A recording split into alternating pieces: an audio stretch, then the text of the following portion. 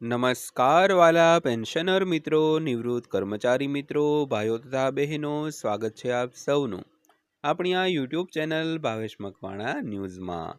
તો પેન્શનર મિત્રો, આજની તારીખ 25 જુલાઈ 2026 વાર શનિવાર। તો આજના આ સમાચારની અંદર આપણે વાત કરવાના છીએ ગુજરાત રાજ્યના નિવૃત્ત પેન્શનરોના 18 મહિનાના બાકી ડીએ એરિયર્સ અંગે આજ આવ્યો છે એક મોટો ચુકાદો। તો પેન્શનર મિત્રો, 18 મહિનાના ડીએ એરિયર્સ જે કોરોના સમયથી દરેક પેન્શનરો અને કર્મચારીઓના બાકી હતા અને પેન્ડિંગ હતા, તેને લઈને આજ તારીખ 25/7/2026ની બપોરે એક મોટો ચુકાદો આવ્યો છે, જેની આજના વિડીયોની અંદર આપણે વાત કરવાના છીએ। તો આજનો આ વિડીયો તમે ખાસ કરીને અંત સુધી નિહાળી લેજો અને હજુ સુધી આપણી આ ચેનલ જો તમે સબસ્ક્રાઇબ ન કરી હોય તો ડેઈલી આવી જ અપડેટ અને આવા જ સમાચાર જોવા માટે આપણી આ યુટ્યુબ ચેનલ અત્યારે જ સબસ્ક્રાઇબ કરી લેજો દોસ્તો। તો શરૂ કરીએ આજનો આ વિડીયો। તો વાત કરીએ નવેમ્બર 2025માં રચાયેલા 8મા પગાર પંચને પગાર, પેન્શન અને ભથ્થામાં સુધારાની ભલામણ કરવાનું કામ સોંપવામાં આવ્યું છે। તો ખાસ કરીને ગયા વર્ષે 2025માં 11મા મહિનામાં એટલે કે નવેમ્બર મહિનામાં 8મા પગાર પંચની રચના થઈ હતી। તો 8મા પગાર પંચને પગાર, પેન્શન અને ભથ્થાઓમાં સુધારાઓ કરવાનું કામ છે તે સોંપવામાં આવ્યું છે।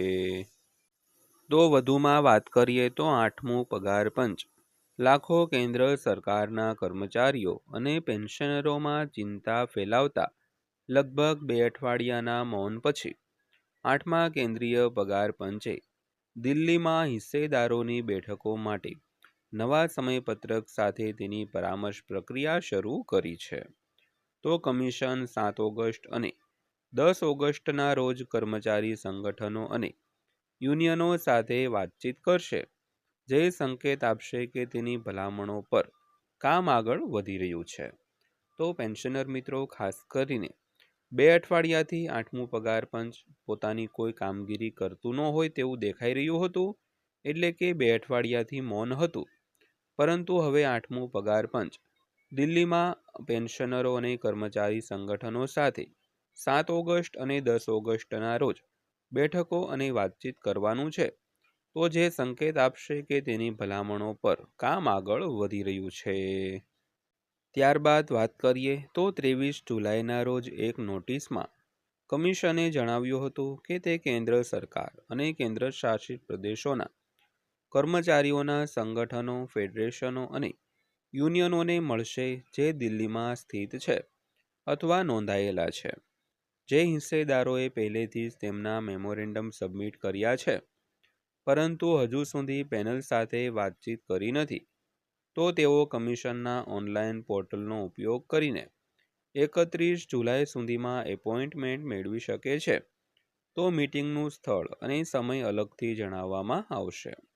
તો કમિશને એ પણ સ્પષ્ટ કર્યું કે આગામી મહિનાઓમાં દિલ્હી તેમજ અન્ય રાજ્યો સાથે અને કેન્દ્રશાસિત પ્રદેશોમાં પરામર્શ ચાલુ રહેશે।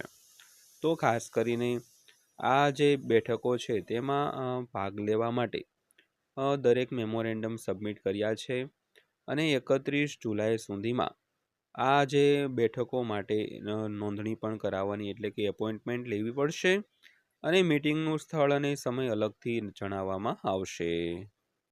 તો આ મહિનાની શરૂઆતમાં કોલકાતામાં કમિશનની પરામર્શ પછી કર્મચારી સંગઠનોએ કમિશનમાં કામમાં દેખાતી મંદી અંગે ચિંતા વ્યક્ત કરી છે।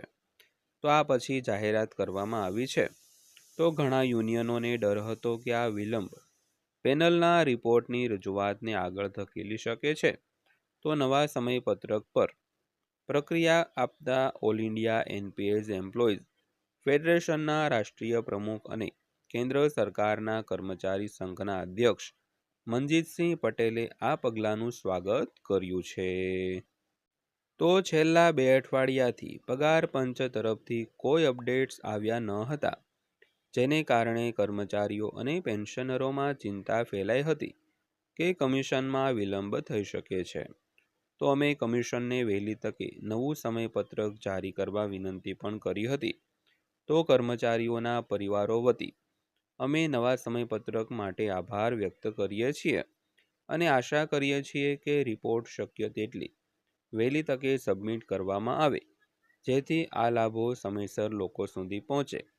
તો તેમણે એક્સ એટલે કે ટ્વિટર પર એક પોસ્ટમાં આવું જણાવ્યું હતું.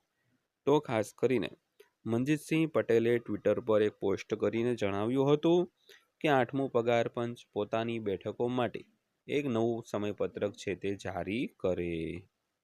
તો નવેમ્બર 2025માં રચાયેલ 8મા પગાર પંચને લગભગ 1.2 કરોડ કેન્દ્રીય સરકારી કર્મચારીઓ અને પેન્શનરો માટે પગાર, પેન્શન અને ભથ્થામાં સુધારાની ભલામણ કરવાનું કામ સોંપવામાં આવ્યું છે. તો તેના સંદર્ભની શરતો હેઠળ પેનલ પાસે તેની ભલામણો સબમિટ કરવા માટે 18 મહિનાનો સમય છે. જો કે જો જરૂરી હોય તો તે વચગાળાનો અહેવાલ પણ સબમિટ કરી શકે છે. તો પેન્શનર મિત્રો, આ હતી આજની માહિતી પસંદ આવી હોય, વિડીયો સારો લાગ્યો હોય તો વિડીયોને એક લાઇક કરજો અને આવા જ વિડીયો અને આવી જ માહિતીઓ જોવા માટે આપણી આ ચેનલ સબસ્ક્રાઈબ કરી લેજો. તો ફરીવાર પાછા મળીશું એક નવા વિડીયો સાથે, નવી માહિતી સાથે. ત્યાં સુધી સૌને જય હિન્દ, વંદે માતરમ.